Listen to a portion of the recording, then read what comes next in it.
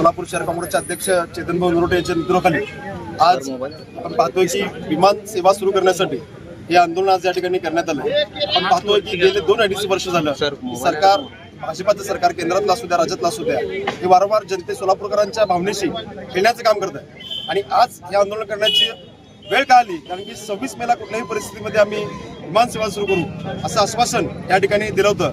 आपण पाहतोय की हे सरकार फक्त तारीख पे तारीख देण्याचं काम करत आहे। DGCAचा परवाना घेऊन 8 महिने झालं तरी सुद्धा हे सरकार आपल्या या ठिकाणी विमान सेवा सुरू करत नाही।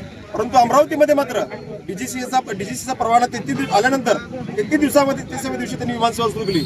पण सोलापूरकरांना मात्र या ठिकाणी वाटाण्याचा अक्षता देण्याचं काम हे सरकार करत आहे। मी सोलापूर शहर काँग्रेस पक्षाच्या वतीने त्यांना इशारा देतो, येत्या 1 महिन्यामध्ये जर त्यांनी या विमान सेवेबाबत ठोस निर्णय घेतला नाही तर निश्चितपणे कुठल्याही VIPचं विमान या ठिकाणी आम्ही काँग्रेस पार्टी उडू देणार नाही, एवढं लक्षात ठेवावं।